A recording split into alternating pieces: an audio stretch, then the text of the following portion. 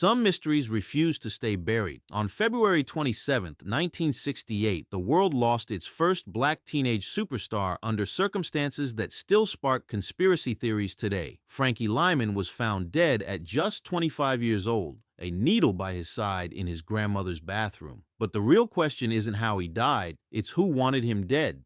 If stories like this fascinate you, make sure to like and subscribe to Legends Underrated for more shocking truths about music's darkest secrets. The year was 1955, and 13-year-old Frankie Lymon was about to change everything. Growing up in Harlem, this kid with the golden voice would become the template for every teenage heartthrob that followed. Michael Jackson, Diana Ross, The Temptations, they all studied his playbook. Even Barry Gordy modeled the Jackson 5's entire sound on what Frankie created.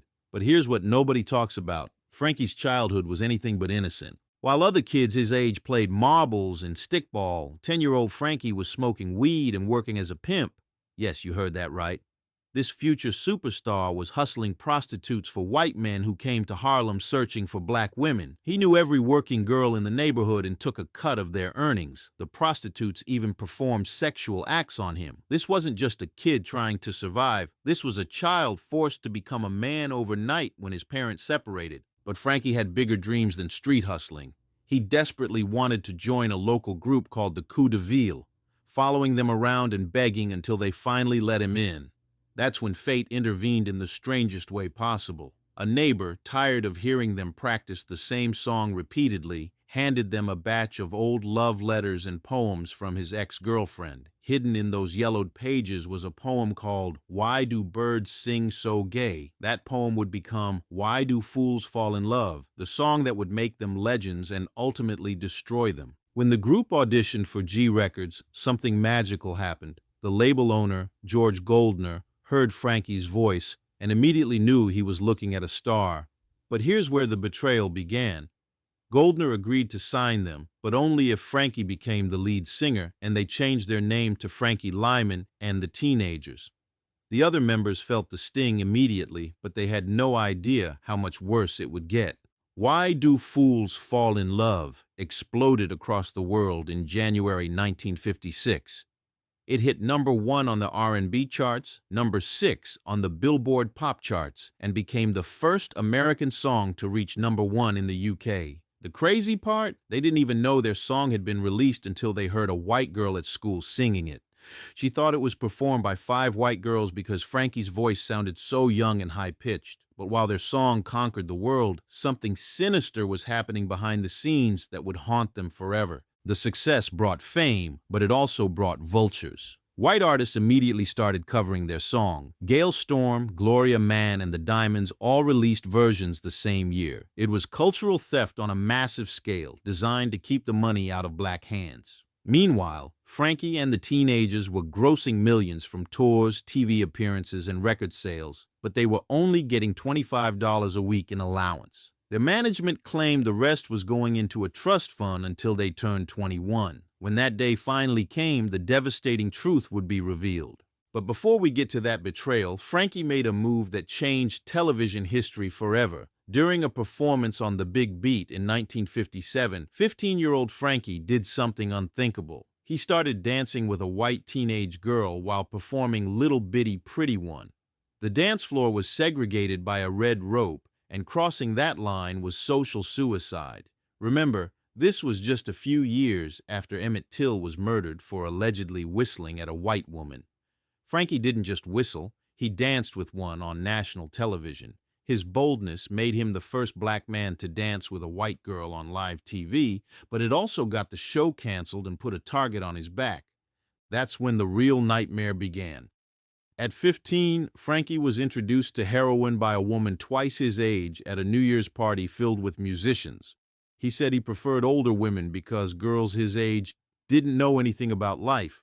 He wanted women 25 and older, claiming they were less trouble and more rewarding. He had a woman in every city, but it was heroin that became his most faithful companion. What started as skin popping to get a mild kick quickly escalated to shooting directly into his veins. The golden throat was slowly being destroyed by a golden needle. As Frankie's addiction spiraled, his relationships crumbled like sandcastles. He married Elizabeth Waters in 1964, but she was still married to her first husband. They had a daughter named Francine who died 2 days after birth, sending Frankie deeper into his drug hell. He moved to Los Angeles, got back with Zola Taylor from the Platters, but his addiction and theft destroyed that relationship too. He stole money from her, causing her house to go into foreclosure while she was on tour. Their rumored marriage in Mexico? Frankie later called it a publicity stunt, and Zola said it was a joke she went along with. By 1966, Frankie was a shell of his former self. Arrested 3 times for grand larceny and heroin possession, he was caught stealing drums from a recording studio to pawn for drug money. A sympathetic judge sent him to rehab and then the military instead of prison. For 2 years, Frankie got clean. He married schoolteacher Amira Eagle, went to church, and stayed off drugs. But his need to perform led to him going AWOL for shows, resulting in a dishonorable discharge. The Golden Throat was about to face its final performance. Now here's where the story takes a dark turn into conspiracy territory. In early 1968, Frankie was clean and living in Georgia with Amira when his manager Sam Bray called with an offer he claimed Frankie couldn't refuse. A new record deal, a chance to record fresh material, and a European tour that would make him rich again. But Amira later revealed that Frankie didn't want to go back to New York. Something was keeping him away, and it wasn't just bad memories. But how does a completely clean, married, church-going man convince his wife she can quit her job because of his upcoming windfall, only to die of an overdose the very next day? February 27th, 1968. Frankie Lymon was found dead on his grandmother's bathroom floor with a syringe by his side. The official story? Accidental overdose while celebrating his comeback. But the streets of Harlem told a different story. Drug dealers were actually promoting their product by saying, "My bag killed Frankie Lymon." If you owed these dealers money, they collected in blood, not cash. Frankie had fled New York, owing serious money to dangerous people. Now he was back, and within 24 hours, he was dead. But here's what's really suspicious about this story. Frankie's manager, Sam Bray, and the notorious Morris Levy, known as the godfather of the music business, had recently reconnected.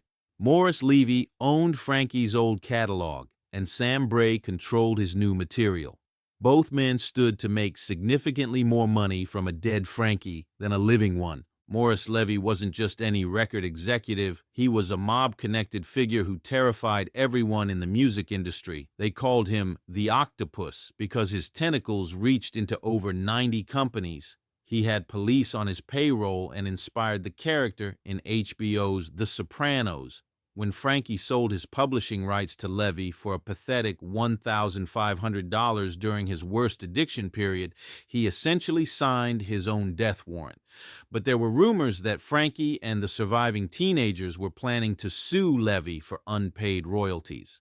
Frankie now understood the music business and knew how badly they'd been cheated. Was his comeback meeting actually a setup? The conspiracy deepened when you follow the money trail. Remember that trust fund that was supposed to contain millions from their peak earning years? When the teenagers turned 21 and checked their accounts, they found only $1,700, $1,700 from millions earned. The label had systematically stolen their entire fortune while keeping them on allowances like children. Herman Santiago and Jimmy Merchant, the only surviving original members, tried to fight back in 1981 when Diana Ross covered "Why Do Fools Fall in Love" and it became a top 10 hit again. That's when everyone started asking, who's collecting these royalties? When Santiago and Merchant approached Morris Levy about their stolen money, he threatened them. This mob-connected predator intimidated 2 men who'd been cheated out of millions. But they sued anyway, bringing Frankie's widow Amira into the fight since she represented his estate. Levy's response was pure evil genius. He found Frankie's other 2 wives, Zola Taylor and Elizabeth Waters, and offered them $20,000 each if they could prove they were Frankie's rightful widow. Suddenly, the case about stolen royalties became a circus about 3 wives fighting over a dead man's legacy. If that doesn't sound like a perfect distraction orchestrated by a criminal mastermind, I don't know what does. Stories like this are exactly why Legends Underrated exists, to expose the truth behind the music industry's darkest secrets. So smash that subscribe button and never miss another revelation. The three-wife legal battle was a masterpiece of manipulation. While Amira Eagle, Zola Taylor, and Elizabeth Waters fought each other in court, the real criminals, Morris Levy and his associates, sat back and watched their accusers destroy each other. The original lawsuit about stolen millions was forgotten in the media frenzy about Frankie's love life. In the end, Amira won and received 50% of the publishing rights, while Santiago and Merchant, the men who actually wrote the song and filed the original lawsuit, got nothing. The statute of limitations had conveniently run out on their claims. But karma has a way of finding its target. Morris Levy was eventually convicted of conspiracy and extortion, sentenced to 10 years in prison. He died of cancer before serving his time, but the damage he'd done to countless artists' lives was irreversible. Frankie Lymon, the first black teenage superstar who broke every barrier in his path, was buried in an unmarked grave for years. When fans finally raised money for a headstone, Amira told them to wait because of the legal battle. After winning the case, she placed her own headstone instead of using the one fans had funded. That fan-made headstone sat in a music store window until the owner died, then in someone's backyard for years, before finally ending up in a Michigan museum in 2020. The story of Frankie Lymon isn't just about a talented kid who died too young. It's about a system designed to exploit and destroy black artists while stealing their contributions to American culture. From the covers that robbed him of chart positions to the management that stole his millions, from the mob connections that may have orchestrated his death to the legal battles that turned his legacy into a circus, Frankie never stood a chance. He was 25 years old when he died, clean and ready for a comeback, with a wife who loved him and a future worth living for. The only question that matters is this: if he had listened to Amira and never returned to New York, would the first black teenage superstar still be alive today? Subscribe to Legends Underrated, because some stories are too important to let the truth stay buried, and Frankie Lymon's legacy deserves better than the lies that killed him.